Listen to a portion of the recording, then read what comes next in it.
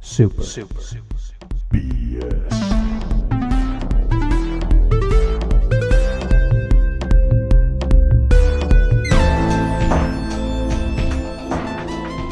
Hey y'all, Brank here. Me and Donna are sitting down for a chat about an old game, I guess relatively old, Rise of the Tomb Raider. So we wanted to invite you guys to listen to our opinions. Donna, what do you think about Rise of the Tomb Raider?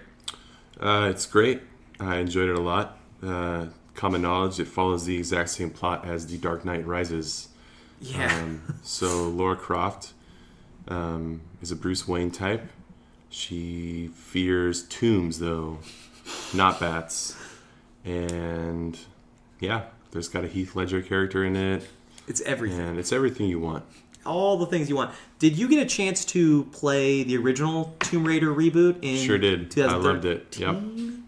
Yeah, I couldn't get enough of that. I played through, I 100%ed both of these games, actually. So I really enjoyed the gameplay. They reminded me of everything that I liked about Assassin's Creed, minus everything I hated. I could see that. So it's got really fun exploring. It's got meaningful hunting.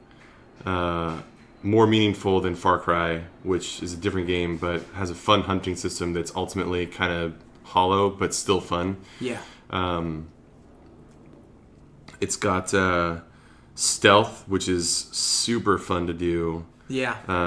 Really just fun to do stealth. Stealth bow, stealth like sneaking up on guys and murdering them. All sorts of great violence there. Lara Croft's actually an interesting character. It's a lot more interesting than I remember in the PlayStation 1 era of Tomb Raider. You mean Booby McBoob's Yeah, face. Booby McBoobs. But she just, I don't know. I can't say that I've A, written a lot of female characters, or B, have any experiences as a female where I can say, hey, she's great. But I like her as a character. Yeah. And I like the backstory. I like where they're going with this. Something I like too about the story, without giving too many spoilers away, I guess it's not super relevant. The story actually is very similar to the first reboot, so they kind of follow a similar arc, with the difference being that instead of her being sort of, I guess it's kind of the same. She's sort of lost in this area after the traveling to a specific destination goes awry. This time it's in Siberia. She's looking for basically a artifact that is the source of immortality. And what is it? What's it called? The Divine Source? The Divine Source, yeah. I recently just beat it. I just forgot the name. Yeah, and so she comes across some natives who have been living in Siberia somehow without freezing to death for an indeterminate amount of time. Yeah. She also encounters Trinity, who I guess it sounds like were bad guys in the original Tomb Raider series as well. I think they may have been hinted at. Yeah. But Trinity is wait, basically... do you mean the PlayStation 1 Tomb Raider series? Yeah, or? I believe Trinity was a presence in those games as well. So I think they're redoing all of that in just a better way. Yeah. But yeah, so Trinity is basically, they're like the Templars in Assassin's Creed, but they don't end up being possessed by aliens or whatever shit they do in Assassin's Creed. Yeah. But yeah, so something that I really enjoy from a plot perspective, besides the character development of Laura, you can she's kind of between this game and the last game, it's almost like a quest of vengeance that she learns to sort of you get choices at the end of the game where you can choose to kill someone or not, and it kind of is fitting for the character where she realizes she doesn't have to murder everyone.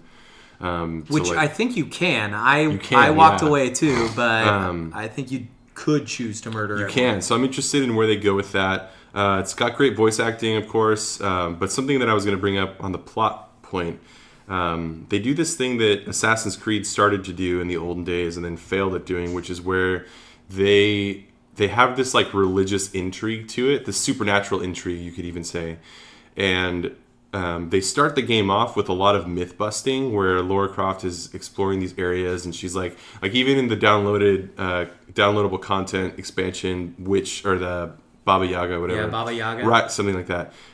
You go through fighting this legendary witch, and it turns out that she just uses this drug to poison everyone that comes into her domain, so they see visions, so everything they see is exaggerated and stuff like that. There's a lot of myth busting basically, where it's oh, this supernatural thing is not real. It's actually like just this misunderstood or just this misunderstood. So you think that that's kind of the stint of the game. Like there's no supernatural. It's just kind of like historical fiction in that sense, where it's like, oh, the lie was that there was no Jesus or something like, you know, Da Vinci Code or some crap like that.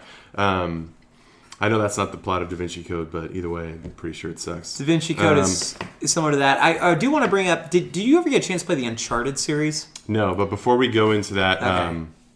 I want to make my point, which is that they seem to twist back and forth towards the end of these two Tomb Raider games, where eventually you do encounter supernatural that's unexplainable, and they don't even bother to fully explain it, which I think is good.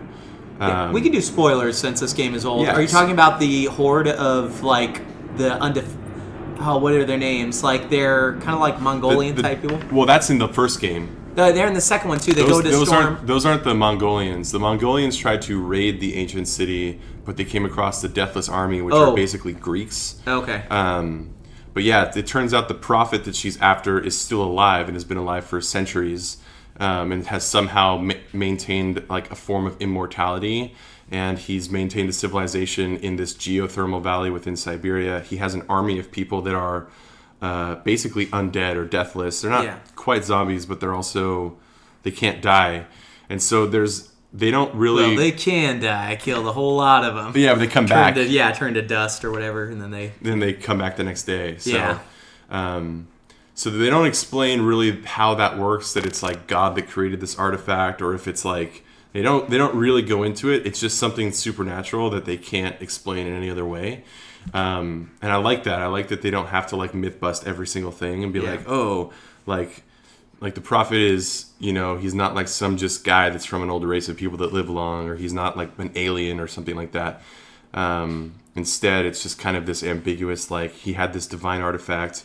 There's lots of talk of these people that like serve God, probably monotheistic God, based on like, because it's all from, they like exiled out of Byzantine and stuff like that. But yeah, so it's really interesting to me. I'm looking forward to the next one. There's pretty clear evidence that it's going to take place in Mexico, mainly because at the end of the game, she's hopping on a plane with a map circled on her desk that has Mexico circled. Where is that at the very end? Because I don't remember that. Is that after like credits or? I'm pretty sure it was before the credits, because after the credits is the scene where it goes to 2 weeks earlier and then Anna dies. Oh, okay. Where she gets assassinated by Trinity. Yeah. Yeah. So I'm pretty sure it's before that. It's when she's back at home. She's in her dad's office, former office. She's with Jonah, the only surviving character basically from the last game, I believe. And well, I know her friend survived too, I think, but a lot of those people died. Yeah.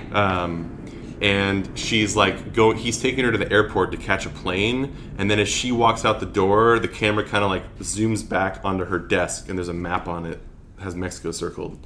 Real quick about that Anna death though, at the very end, I thought she was going to get defeated by, or like killed by the army of Deathless or whatever, because that was kind of what it led to. So it was a really strange scene when I saw her. I was like, wait, what's going on? She didn't get, I mean, you can see that she didn't get killed by the Deathless, but you'd think maybe there's like some time required for the divine source to work, because she kind of tried to like activate it to make herself immortal or whatever, but then you destroyed it before it could really take over, I guess.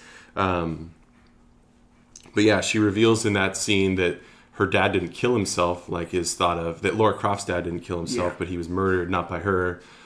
Maybe you would think it was by Constantine. Yeah. Except he's already dead, and Trinity assassinated her before she could say who did it. It's probably not Constantine, because if it was Constantine that did it, it wouldn't really matter. He's already dead.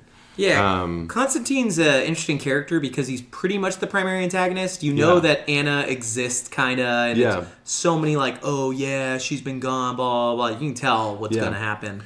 Yeah, it's pretty interesting. I like Constantine as a character. I especially like the dynamic that, because he's one of the first, like, well, not the first. He's kind of like, as the story develops, you see him as like the first major myth bust for Trinity, where he's like, he thinks that I'm going to stop using that term from here on out because I've used it too much already, but he thinks he's been given this divine mission by God. He has the stigmatas in his hands that like appear where his hands bleed and stuff like that. But then you find out that his sister Anna did that to him when he was like sleeping.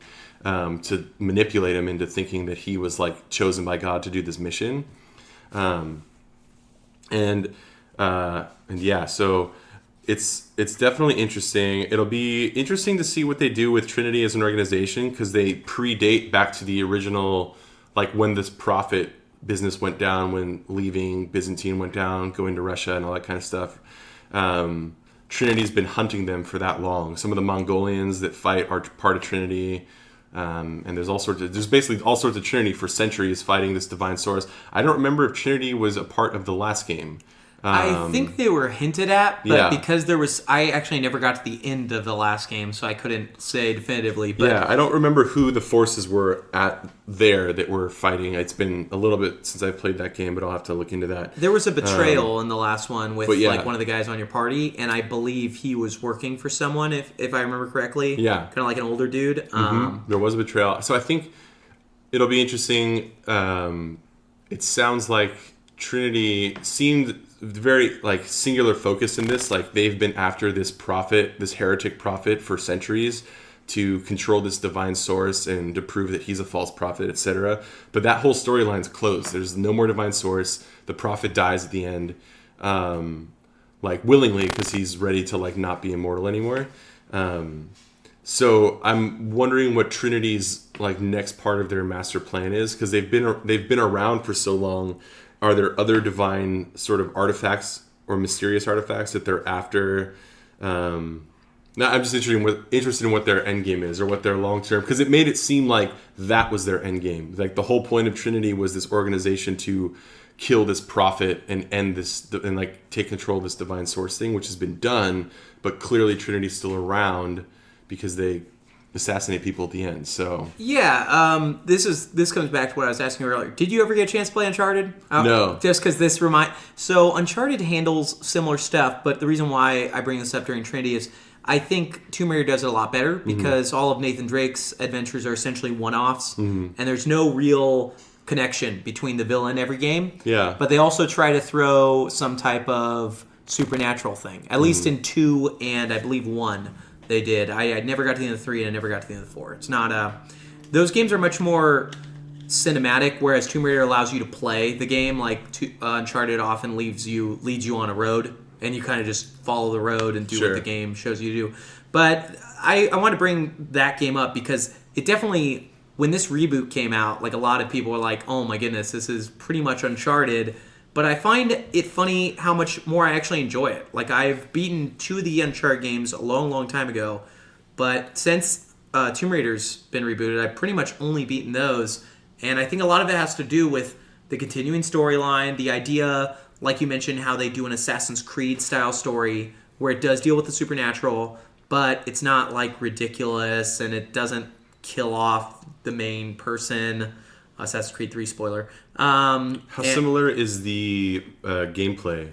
Not the exploration part of in Uncharted, because I know that it sounds like it's a little bit more on rails, but the actual physical gameplay. So Uncharted was never really great at the gunplay. That's kind of its worst thing. In a lot of ways, the climbing was better in Uncharted than it was in the original Tomb Raider reboot. But in Rise of the Tomb Raider, they just nailed everything so much. Yeah. And unlike Rise of the Tomb Raider, and I don't mean to keep putting Uncharted down, but there's no like upgrading your weapons or any reason to go explore your environment. Sure. Like they even have one giant open area place in Uncharted where you're driving a Jeep around Africa. And it's pretty cool, but there's nothing to do.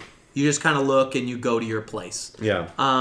So as a game, Tomb Raider is much better, but as a story, they have very similar parallels. Just Uncharted is very character focused, where I feel like Tomb Raider, while it is character focused about Lara Croft, it's also about setting up a big plot that they can continuously use, which I think is great. I'm excited for the next Tomb Raider, which hopefully we'll find out about this year. And it is really character focused in a different way, because it's developing this version of Lara Croft into a better version of the character that people were already familiar with. Yeah. So in a lot of ways, it's as cheesy as it sounds, it's like the Christopher Nolan version of this. It's got a lot of it's a little bit more intense. It's got a lot of practicalities. I mean, the old Tomb Raider games are notoriously challenging, and you die a lot. But It's it's just- not like, I mean, it's just like every little moment where if you don't time a jump super well and she almost falls, it's like all that stuff adds a lot of tension.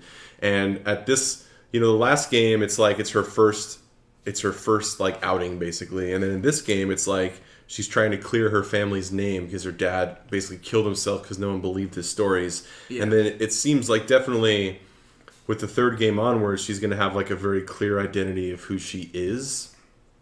Or who she's becoming, so it'll be a lot more of like I'm Lara Croft, this is what I do kind of thing. So I'm interested to see how that will play out. I'm sure it'll come with tons of challenges and stuff like that. Something else that interests me more, I mean, I was never really interested in Uncharted, so I can't really give it like a fair shakedown because it just nothing about it ever made me want to play it. Yeah. Maybe part of that's the timing it came out in, but either way, I just don't really care for it. It was very much, when it first came out, it was like a weird Gears of War style thing because it was mainly a cover shooter. Right. But it wasn't very good at being a cover shooter. And then it had this exploration stuff. Whereas, like, I don't feel like Tomb Raider's the best at being a cover shooter. No. But I feel like it's really fun when you're sneaking up. Like the last battles I had were not my favorite. When you're just fighting through the narrow lines till you get to the final battle, like, they're not great. It wasn't bad. Like, I didn't hate it, but it wasn't like my favorite them moments. With all my upgraded weapons and stuff. It was pretty fun blowing through dudes. But I just feel like that game's strengths are the stealth and all the other things, which, Rise of the Tomb Raider came out 5 months before this, or 6 months, but Uncharted 4 finally started doing that, and it's good at stealth too. It's terrible at mainline gunplay, but its stealth is okay. And I thought that was funny that it seems like, Tomb Raider Reboot kind of took a lot from the Uncharted playbook, but now Rise of the Tomb Raider, I know they're probably being developed at the same time, but it almost felt like Uncharted 4 was taking from the Rise of the Tomb Raider playbook, because it's like it has so many analogous like ideas. Yeah, definitely. Did you get a chance to play the Mansion DLC? Yeah, I really enjoyed that. It's basically cool. the Tomb Raider version of Gone Home. Yeah. You explore, you learn about the beginning, middle, and end of Laura's parents' relationship, how they meet, how they fall in love, how they get married, how that all ends. And you learn about, like, you kind of, like, unlocking the secrets of her house, basically, because she inherited it from her dad. But her uncle wants to... But her uncle is a douche and wants to take it away. So you have to, like, you're basically looking for some type of proof that you get the house. Yeah. But it's a lot of fun. They do, like, it's cool. And it's something that I think that Tomb Raider does really, really well is their collectible category. Yeah. They have lots of fun collectibles. They don't make them all so impossible to find that you just, like, waste hours. They definitely, like, they offer, like, things where if you explore and find, like, a map in some area, it will reveal to you certain types of collectibles within that area. So there's a lot of ways to kind of, like, give yourself hints and stuff like that. But the specifically, like, the journal documents, the logs, and those kind of things, they provide a lot of backstory, which is always really interesting. It's always relevant to the main story and the history of the area that you're exploring. I almost don't want them to do this, but one thing that I think that could benefit would be almost like a BioShock thing, where when you find the audio log, it plays while you keep playing. That's literally what I was going to suggest. But even still, I find myself, generally speaking, listening to everything.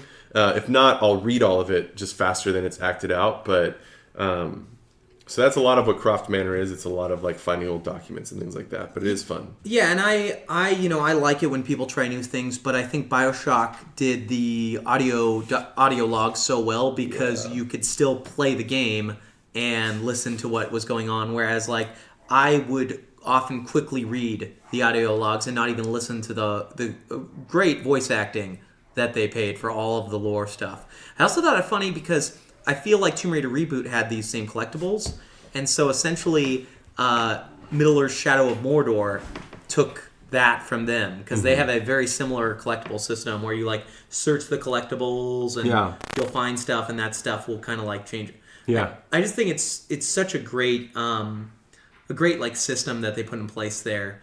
What did you think about the open world sections of this one? Because the original Tomb Raider Reboot was pretty much linear. It had like It has sections. It had sections. I don't think it's like open world as this, where there are campfires that you'd often fast travel to. There's campfires in the first one.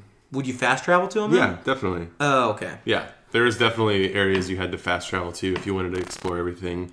Because you always have to go back to areas when you unlock new abilities. Yeah. So this pretty much does the same thing, but slightly more, but also, importantly, not too much. None of the areas in Rise of the Tomb Raider are, like, annoyingly big. Yeah. Especially the last area. Good on them for putting the biggest two areas in the beginning and middle of the game. Yeah. And then having the last... There's several... more linear areas that also have explorables that you come back to with the campfires to get everything. But there's 3 areas that are like pretty big. Yeah. But the last one is significantly smaller than the other 2. You're talking about the city, right? Yeah, the Lost City, which is great because it's like you don't want to come to what is supposed to be like the climactic story event of the game and then be like, oh, but I got to explore this place for 10 hours kind of thing. And so many games do that. Yeah, where it's like they put the biggest areas last. It's so annoying. Yeah, I really do applaud them for doing that. I just love the way that they used the world. Like it was like you said, like a great size, and you go around, you could hunt the stuff that you wanted to find. Yep. And the upgrade system was great. And I liked how once you found stuff, the tombs. That's like one of my favorite parts of the game. Oh yeah, those are great, fun puzzles. Yeah, none of them were too challenging, but they were all challenging enough that it took me about between 10 and 15 minutes. Yeah. And they give you a really cool reward at the end too. Yep.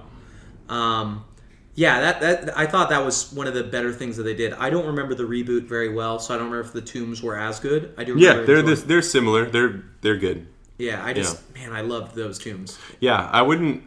It's like a lot of the things that this game does is not necessarily so much better than the original reboot. It's just a little bit more. Yeah. So it's like there's a few more tombs, there's a few bigger areas, there's a few more things to do, but they didn't mess with the formula too much. Nor did they overbloat it, which hopefully they don't do for the next one. That's the only thing that you don't know until it comes out. But yeah, that's something that's interesting. Whereas, like, I am really excited for a third one, but if they keep this formula, they pretty much can only get away with one more. If they keep doing the same, like expanding and get your inventory and then upgrade your weapons, find tombs, so on and so on, I feel like they can only get away with one more doing this. But what else can they do?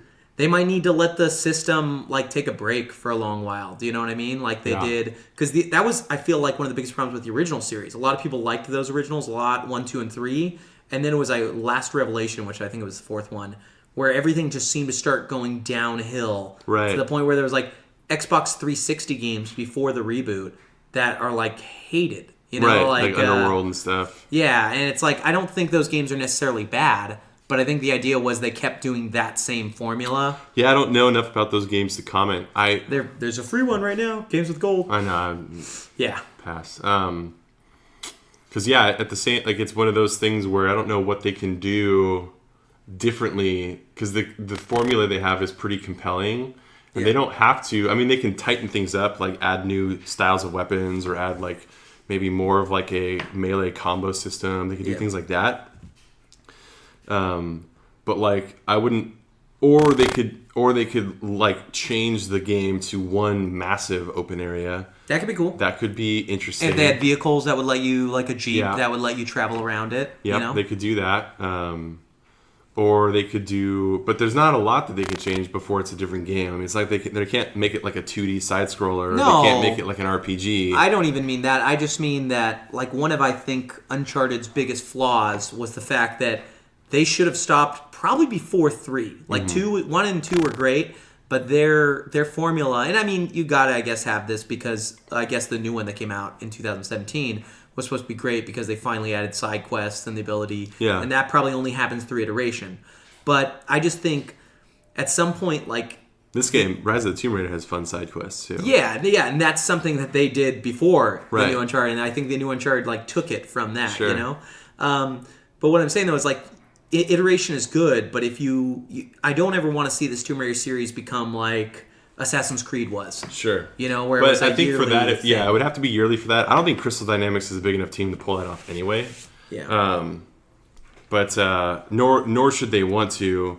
And and Square has definitely different standards on things than like Ubisoft does or EA does, for example. Whereas like, even though they are a big company that's like to at least like a moderate extent like profit oriented, they're also totally different. Like the corporate part of that owns Crystal Dynamics is also Japanese. It definitely has like a different set of philosophies guiding it than say like, let's just be assholes like EA or something like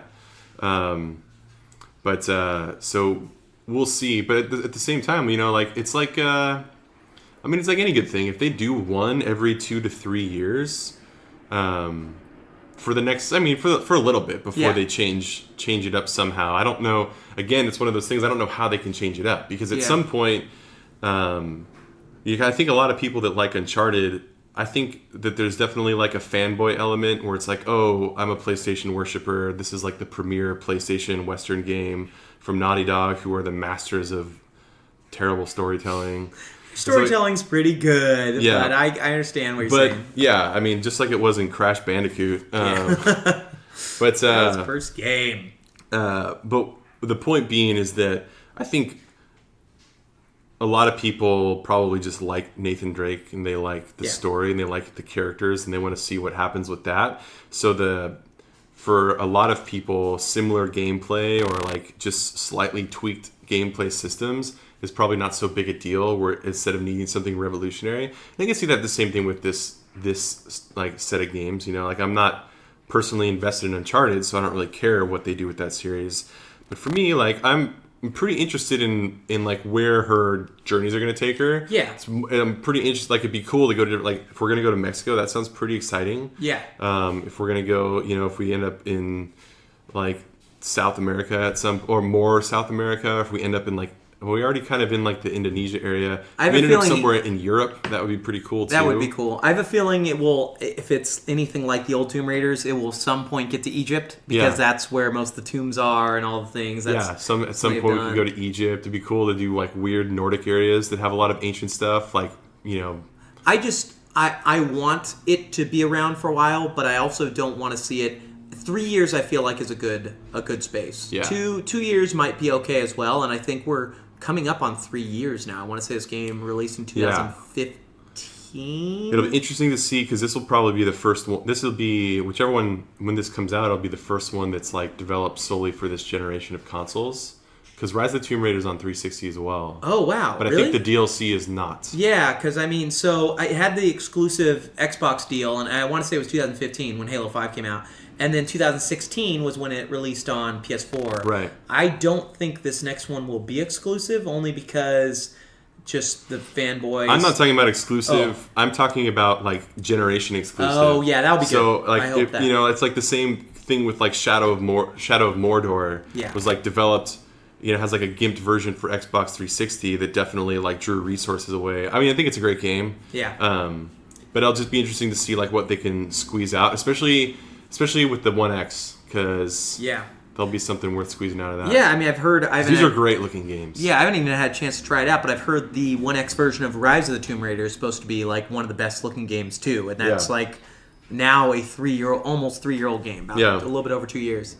But yeah, man, hopefully we'll get a chance to do more of these backlog chats. Did you have anything else you wanted to add about the game? Trying to think. Anything else?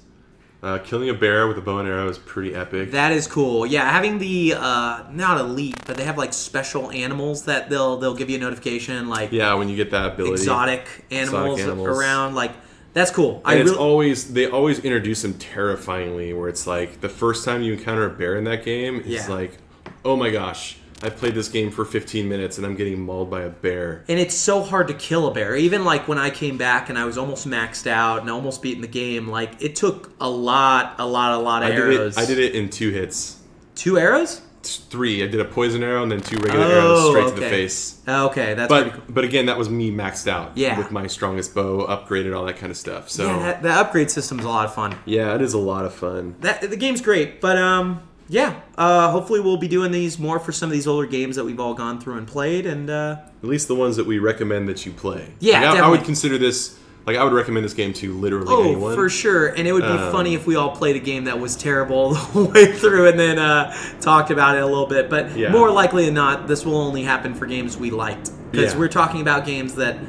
Backlog chats are for anything that came out more than a year ago. Yeah. So probably anything that early 2017 and before that's not, N64 GameCube era. Yeah. So, or earlier. But yeah. All right, cool. Cool. Peace.